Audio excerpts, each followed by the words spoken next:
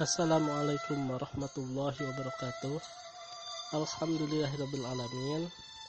Anak-anakku sekalian, murid-murid Madrasah Babul Khairat, mari kita lanjutkan kembali pelajaran SKI dengan materi Perang Badar. Disebut Perang Badar karena perang ini terjadi di salah satu lembah bernama Badar.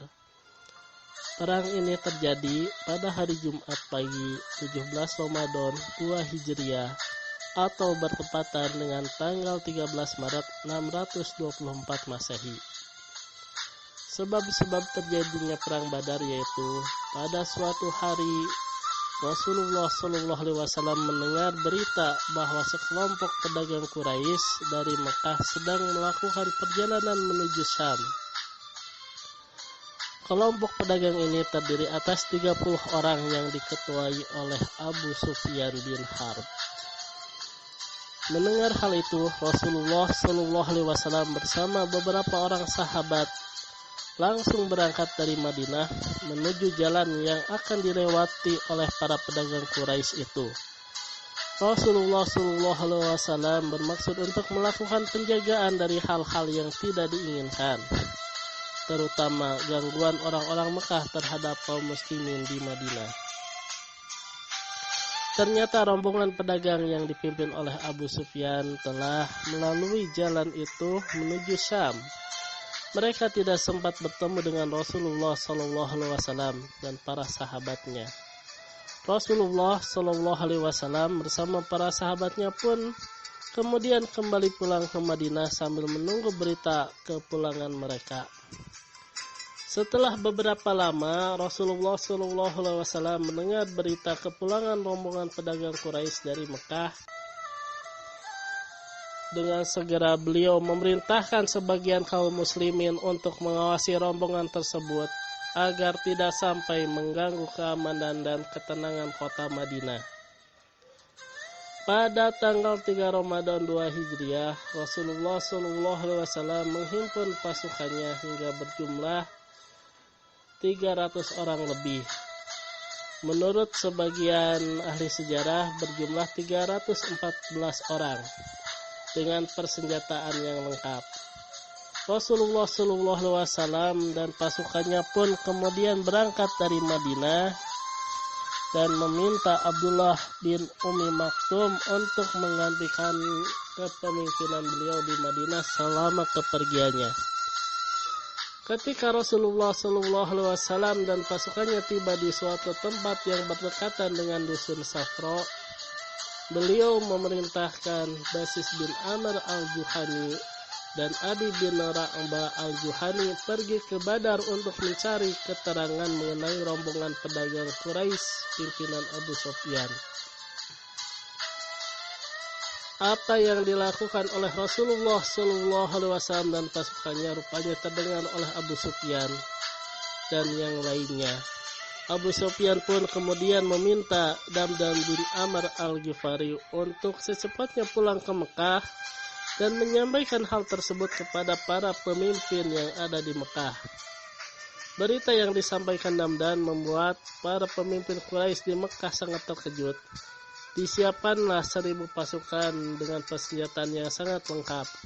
Mereka berangkat menuju tempat yang diberitahukan oleh Abu Sufyan dengan dipimpin oleh Abu Jahal.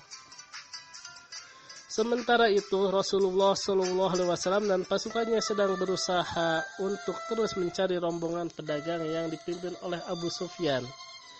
Di dekat dusun Badar, beliau mendengar rombongan pedagang Quraisy itu telah berjalan melalui jalan di tepi Laut Merah. Pada saat Rasulullah SAW dan pasukannya tiba di sebuah lembah yang bernama Zafiron, terdengar berita bahwa kaum Quraisy telah menghimpun pasukan dalam jumlah yang sangat besar untuk melindungi rombongan pedagang pimpinan Abu Sufyan. Rombongan Abu Sufyan berhasil selamat, tetapi Abu Jahal tetap bersikeras untuk berperang melawan kaum muslimin. Sesampainya di Badar, Abu Jahal dan pasukannya tinggal di Badar selama 3 hari 3 malam. Dengan penuh kesombongan, mereka mengejek dan menghina kaum muslimin. Mereka juga berpesta pora dengan minum minuman keras. Mereka merasa jika terjadi pertempuran, maka pasti pasukan mereka lah yang akan menang. Setelah mengetahui berita tentang pasukan kaum Quraisy yang telah datang di Badar, kemudian Rasulullah SAW bermusyawarah dan akhirnya sepakat untuk berperang melawan pasukan Quraisy di Badar. Dalam perjalanan menuju Badar, Rasulullah SAW menerima wahyu yang isinya menyatakan bahwa Allah Subhanahu wa Ta'ala telah memberikan janjinya untuk kemenangan pasukan kaum muslimin. Ketika sampai di Badar, Rasulullah SAW mengambil tempat yang banyak air. Hal ini atas saran Hubab bin Al-Munzir. Sementara itu, Abu Bakar mendirikan tenda untuk Rasulullah SAW sebagai tempat berlindung. Tidak beberapa lama kemudian pasukan Quraisy datang ke tempat di mana Rasulullah SAW dan pasukan kaum muslimin berada. Rasulullah SAW melihat kesombongan mereka. Akhirnya kedua pasukan itu pun bertemu dan saling berhadapan. Terjadilah pertempuran satu lawan satu sebagai pendahuluan. Hamzah bin Abdul Muthalib berhasil mengalahkan Syaibah. Begitu juga Ali bin Abi Thalib berhasil mengalahkan Walid bin Utbah. Tetapi Ubaidah bin Haris terluka hingga mati syahid terkena pedang Utbah bin Rabi'ah. Oleh karena itu Utbah pun akhirnya bertempur kembali dan dikalahkan oleh Ali bin Abi Thalib. Setelah pertempuran tadi, tak berapa lama kemudian terjadilah pertempuran sengit antara pasukan kaum muslimin dan pasukan Quraisy. Korban pun mulai berjatuhan. Rasulullah SAW terus berdoa dalam tendanya sambil mengawasi dan memberi semangat kepada pasukannya. Tidak berapa lama pertolongan Allah Subhanahu wa Ta'ala pun datang.